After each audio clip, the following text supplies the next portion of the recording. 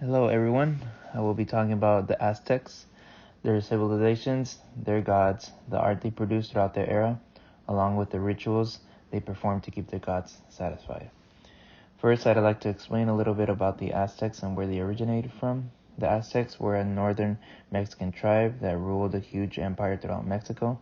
They were also one of the last native Mexican civilizations to have ever lived. They grew a large and dynamic empire throughout the course of nearly 200 years, from 1325 to 1521 CE. They were famous for their agricultural systems, recognizable buildings such as Teotihuacan pyramids, which were one of the largest of their kind throughout Mesoamerica. As far as gods, the Aztec people would pray to a number of their gods to keep them satisfied. Many gods would have different purposes and powers which would benefit the civilizations in different ways, such as the storm god. They would pray to him to make sure that he would cast much rain throughout the land to prosper their crops and agriculture. There were a number of ways and different methods that the Aztec people used to pray to their gods, such as human sacrifice, which played a big role in their sacrificial rituals. There's some art pieces, such as the Cihuatel, the stone art. This stone art depicts a female figure kneeling on her knees with many details. To start the knot tied around her waist, she appears to be wearing a skirt. There are also swirls in her hair, which I would probably suggest that it was a mess. The figure also seemed to have sharp claws at the end of her fingers. The claws also seemed very bird-like. Her eyes are very large and circular, along with what appears to be earrings. Lastly, her head shape was also a shape of a skull. The stone figure depicted a woman who was probably in labor. Many details contributed in this art piece, such as the skull where her actual face would be. The Aztecs believed that if a woman died in the process of giving birth, her soul would then turn into a horrifying demon.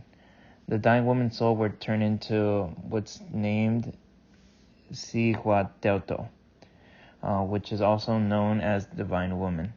These spirits would be known to live in a place named Cihuatampla, also known as a place of women. They believed that the spirits would guide the sun to rise every morning from the underworld.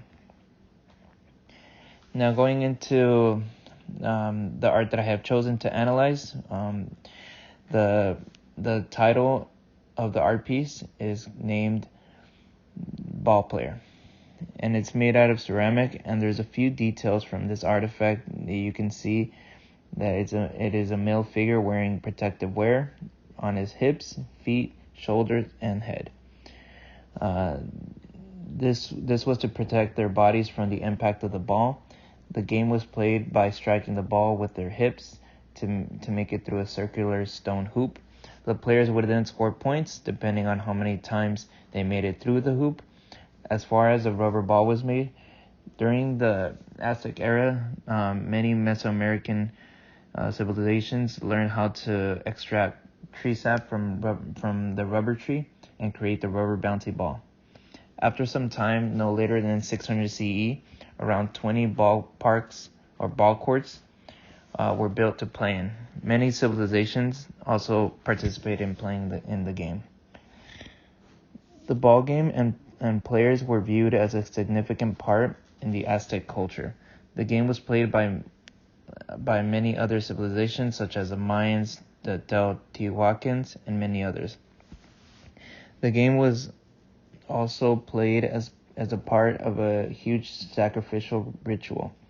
The losing team would then lose their lives as an offering to the gods. The sport was unique to the Aztecs and many other Mesoamerican civilizations. They also made sculptures as an offering to the dead. They believed important people and officials who have passed shall be accompanied by a skilled ball player. The offering was important to the Aztec people because sacrificing a skilled ball player was a large offering, being that they valued the game very much in their culture.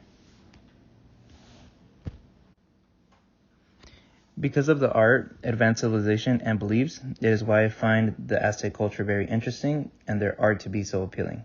Thank you so much for taking some time to view my presentation. I hope you learned a few new things about the Aztec culture, and have a great day and happy holidays.